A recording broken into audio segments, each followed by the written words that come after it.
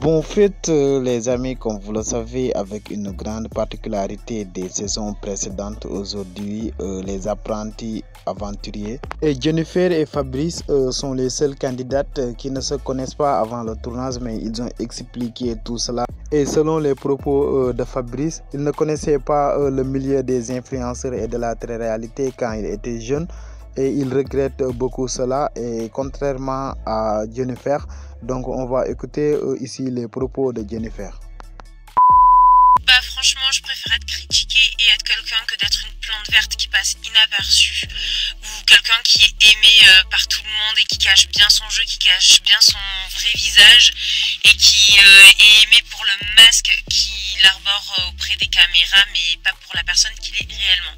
Donc ouais, je m'en fous en vrai, parce qu'en plus la plupart des gens qui critiquent, qui se cachent derrière des pseudos inconnus au bataillon, bah, c'est des gens que je connaîtrais jamais dans la vraie vie, donc je m'en fous. C'est des gens qui sont chez eux, qui passent leur journée sur leur canapé à regarder les émissions télé-réalité et à regarder nos réseaux pour ensuite venir cracher leur venin. Ils ont pas de vie, ils ont pas de travail, voilà quoi. Je prends ça de qui ça vient, en gros, je m'en fous. Alors oui, je suis restée en contact avec les Oranges après l'aventure, parce que bon, bah, vous avez vu sur la deuxième plage, on s'est réconciliés, on a même fait une alliance ensemble, donc j'avais de très bons rapports avec elles. On s'est revus à Paris lors de la conférence de presse, ça s'est très bien passé, j'étais très contente de les revoir. C'est pendant la diffusion que ça s'est gâté, parce que j'ai vu tout ce qui s'était passé par derrière lors de la première plage, que je ne savais pas, que j'ai découvert en même temps que vous à la télé, et voilà, du coup ça s'est clashé, on s'est clashé, et puis du coup l'ambiance n'est plus au beau fixe. Voilà, mais ça c'est courant dans les tournages. Souvent quand on voit après à la diffusion, bah les masques tombent, et puis l'entente elle reste jamais bien longtemps quoi. Bah, en fait j'avais gardé de très très bonnes relations avec quasiment tout le monde depuis le tournage, et puis bon bah ça s'est gâté à la diffusion. Et là concrètement j'ai toujours des relations avec Romane, évidemment c'est ma meilleure amie, et avec Aya et Nicolas, et enfin c'est tout quoi. Les autres non, pas trop. Ah bah super génial, je suis très très contente de moi, très contente de mon parcours, et franchement heureusement que j'étais là, parce que franchement sans moi et Romane vous seriez bien ennuyés, l'émission aurait été trop chiante à suivre, donc heureusement clairement que j'étais là.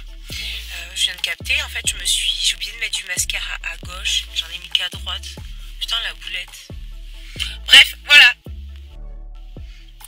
Non, alors j'ai vraiment aucun regret concernant l'aventure. Par contre là j'ai un gros regret, je vais vous montrer, c'est de pas être allée faire pipi alors que j'ai une envie ultra pressante. Non mais genre la loose, je déteste me mouiller. Oui, je suis toujours en contact avec Romane, tous les jours on s'appelle, c'est ma meilleure amie dans la vie comme à l'écran. Fabrice par contre, non, il m'a énormément déçu. Voilà, je savais que il est gémeaux de visage, je savais qu'il était hypocrite, mais alors là, là il l'a montré en plein pendant la diffusion. Il a rien su faire d'autre à part me défoncer sur les réseaux sociaux et tirer la couverture à lui pour se faire plaindre et faire le miskina. Non mais moi lui je peux plus me le voir. Alors, concernant ces questions-là, sachez que je ne répondrai jamais. Donc, j'ai pas l'habitude de parler de mes projets. Je préfère voilà, que vous aurez le temps de découvrir mes projets quand il y en aura. Voilà, je trouve que c'est se porter l'œil que de parler d'un projet qui éventuellement est susceptible de se faire ou de ne pas se faire. Donc, pour l'instant, je ne dis rien. Vous verrez bien. Continuez à me suivre et de toute façon, vous verrez. Alors j'ai vu passer cette rumeur depuis l'épreuve de qualification pour la finale, lorsqu'ils dégustent les insectes. Effectivement, à l'écran, on voit qu'ils n'ouvrent pas vraiment la bouche en grand comme ont pu le faire Fanny et Antonin. S'il a triché, je n'en sais rien, parce que bah, moi vous avez vu, j'étais sur le côté à attendre qu'on me délivre, donc de loin je ne pouvais pas vraiment voir. J'ai vu tout comme vous à la télé ce que ça donne, et c'est vrai qu'on ne le voit pas ouvrir grand sa bouche, donc après savoir s'il reste encore des insectes ou pas, je ne sais pas, mais il y a le doute. Alors, toutes les émissions de télé que j'ai fait depuis le début, j'ai commencé par la saison 3 de The Island, c'est une émission de survie sur M6 avec Mike Horn, enfin c'est vraiment une extrême quoi. Ensuite j'ai fait La Villa des Cœurs Brisés saison 4. Après j'ai fait Un Dîner Presque Parfait spécial aventurier. Et après j'ai fait Un Dîner Presque Parfait, Seconde Chance, et après Les Apprentis Aventuriers. Et pour les projets, on verra ce que l'avenir me réserve. Franchement, mon pire souvenir, clairement, c'est la tête dans la boîte avec les insectes. 2 fois. Non mais ça c'était vraiment affreux, ça m'a traumatisée, mais vraiment traumatisée. Du genre, j'en rêve la nuit, tout encore.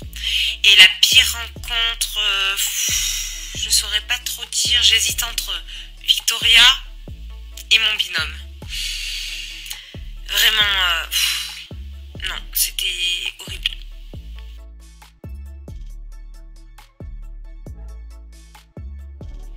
Clairement, celle que j'ai préféré faire et de très très loin, c'est Les Apprentis Aventuriers. Aventure de fou, c'était très compliqué, mais j'en ai tiré beaucoup de belles choses. Donc, trop bien.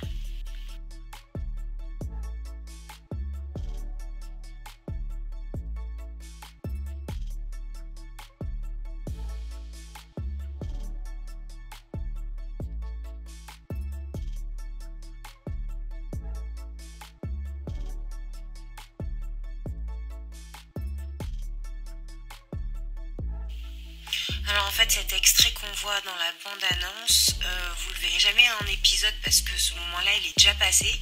C'était au moment où il y avait, vous savez, la petite moufette qui est apparue sur la plage et en fait tout le monde lui a sauté dessus genre pour la prendre dans les bras et tout, alors que je m'étais égosillée à dire à tout le monde de pas la toucher, c'était un bébé. Et en fait quand on met une odeur humaine sur un animal sauvage, ça peut mener ensuite à un abandon des parents et du coup ça peut faire mourir le bébé quoi.